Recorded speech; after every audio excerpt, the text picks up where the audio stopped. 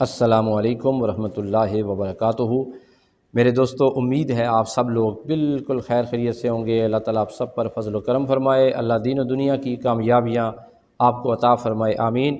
मोहम्मद सलमान एबटाबाद से लिखते हैं, शाह साहब, मेरी वालिदा मोहतरमा कसरत के साथ रोज़े रखती हैं। मैंने सुना है कि कुछ दिनों के रोज़े जो हैं वो ममनू हैं, तो मेहरबानी फरमा कर हमारी रहनुमाई फ़रमाएँ ताकि हम उन दिनों के रोज़े ना रखें।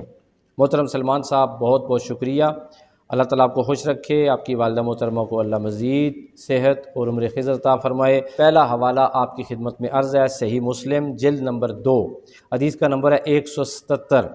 अबू उबैद मौला इब्न अज़र रज़ी अल्लाह ताला अन्हु से रिवायत है, फरमाते हैं कि मैं ईद वाले दिन हज़रत उमर बिन ख़त्ताब रज़ी अल्लाह ताला अन्हु के पास मौजूद था।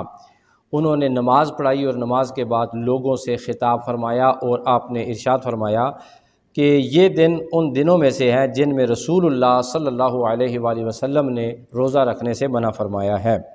एक ईद उल फित्र है, यानी कि यकम शव्वाल को, और दूसरा वो दिन जिसमें तुम अपनी कुर्बानियों का गोश्त खाते हो। इस हदीस की मज़ीद तफसीलात जो हैं वो बुखारी शरीफ की इस हदीस में मौजूद हैं। बुखारी शरीफ हदीस का नंबर है 1997। आन इब्न उमर रज़ियल्लाहु तआला अन्हुमा लम युरहस फ़ी अय्याम तशरीक़ अन यसुमना। हज़रत अब्दुल्लाह इब्न उमर रज़ी अल्लाह तआला अन्हुमा इरशाद फरमाते हैं कि लम युरहस, किसी को इजाज़त नहीं, फ़ी अय्याम तशरीक़ के वो अय्याम तशरीक़ में अन यसुमना के रोज़ा रखे, यानी किसी को यह इजाज़त नहीं है कि वो अय्याम तशरीक़ में रोज़े रखे। ज़िलहज्जा की 10, 11, 12 और 13 को भी रोज़ा रखना ममनू है, हराम है।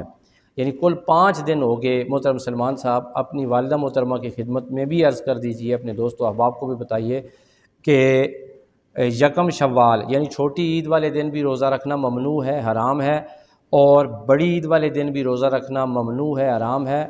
और 11 तारीख़ को ज़िलहज्जा की, 12 तारीख़ को ज़िलहज्जा की, 13 तारीख़ को ज़िलहज्जा की, जो 4 अय्याम होते हैं अय्याम तशरीक़, इन अय्याम में भी रोज़ा रखना ममनू है और हराम है। आप पूछ सकते हैं कि आपने हराम का लफ्ज़ क्यों इस्तेमाल किया। जिस बंदे या जिस बंदी को नहीं पता था कि इन अय्याम में आका अलैहिस्सलातु वस्सलाम ने रोज़ा रखने से मना फरमाया है, उनके लिए तो हराम का फतवा नहीं है। लेकिन जो बंदा जानते बूझते इन अय्याम में रोज़ा रख के ज़्यादा मुत्तकी और परहेज़गार बनने की अपनी तरफ से कोशिश करेगा, वो वाकई हराम का काम कर रहा है। जो आका अलैहिस्सलातु वस्सलाम की नाफरमानी कर रहा है वो हराम का काम नहीं कर रहा, तो और क्या कर रहा है। शरीयत तो हुज़ूर अलैहिस्सलातु वस्सलाम की अदाओं का नाम है, आपके जो फरमान का नाम है ना। हुज़ूर ने जहाँ से मना किया, मना हो जाओ। कुरान मजीद में अल्लाह ताला भी इरशाद फरमाता है। अच्छा, एक सवाल और भी हो सकता है मुझसे कि आपने किसी मकाम पर अय्याम बीज़ की बड़ी फजीलत बयान की, और अय्याम बीज़ हर चाँद की 13, 14 और 15 तारीख़ें कहलाती हैं।